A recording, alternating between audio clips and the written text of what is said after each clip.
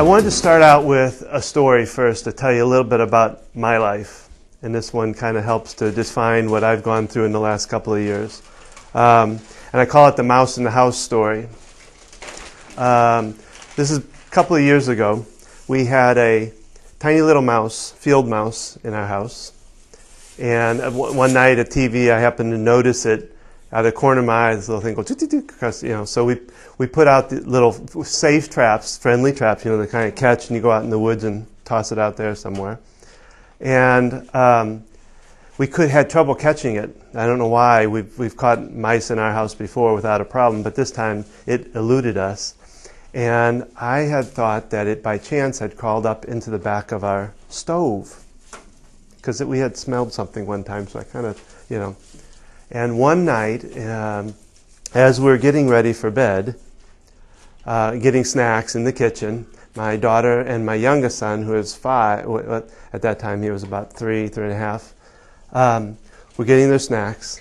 And my eldest one came down the steps proudly asking me out loud, "Dad, what about that mouse you said was in the stove?"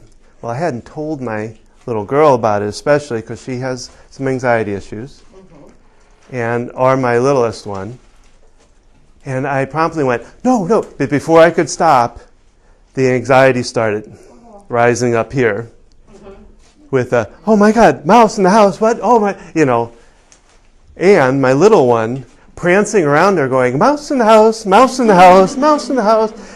And I'm trying to get my son to be quiet. Don't need to ask anymore. And I said, "No, please be quiet. Hush up. I don't need, "But Dad, you don't understand. A mouse could chew the wires and start a fire." And my daughter, at that point, the rocket started. "Oh boy. Fire! Oh my God, there's going to be a fire in the house. What do we do?" The panic started, of course, adding to the song that he was dancing as he was around. "Mouse in the house with a big old fire. Mouse in the house with a big old fire." The anxiety was off the roof. Plus, trying to stop the eldest one from continuing was a little bit of a challenge, because stop just didn't seem to be in his vocabulary at the moment.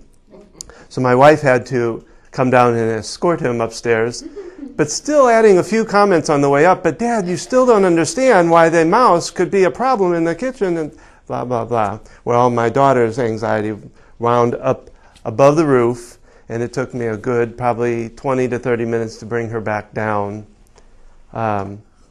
And, of course, I used the tapping, which is what I'm going to talk about today, to do that. But now that really wasn't the worst of what we had to go through in our household.